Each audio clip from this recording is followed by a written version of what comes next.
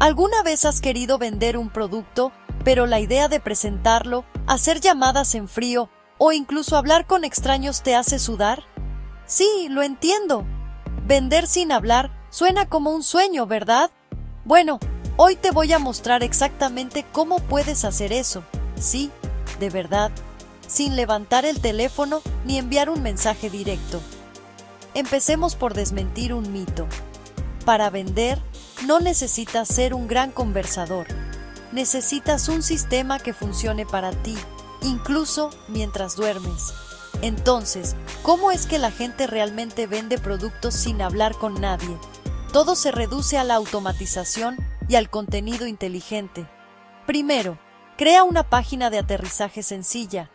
Esta es tu escaparate digital, abierto 24 horas al día, 7 días a la semana, listo para exhibir tu producto.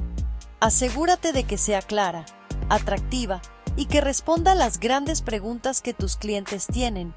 Luego, crea un video corto o una demostración.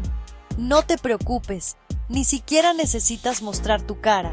Usa elementos visuales, texto y voz en off si quieres. Deja que el producto hable por ti.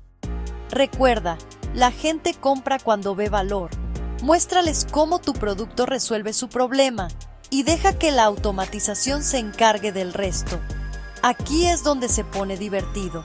Conecta esa página de aterrizaje a un sistema de pago y, listo, los clientes pueden comprar al instante, sin charlas incómodas, sin correos electrónicos de convencimiento. Todo el proceso es fluido y tú no dijiste una palabra. Pero, ¿cómo haces para que la gente vea tu producto? Ahí es donde entra el marketing de contenidos. Escribe artículos, comparte consejos o crea publicaciones cortas en redes sociales, todo apuntando a tu página de aterrizaje. Básicamente, estás creando pequeños vendedores digitales, trabajando para ti las 24 horas del día. Y si realmente quieres ir un paso más allá, usa secuencias de correo electrónico automatizadas.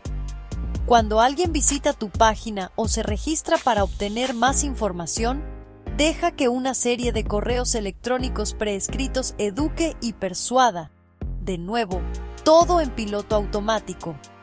Así que sí, puedes vender absolutamente sin hablar con nadie.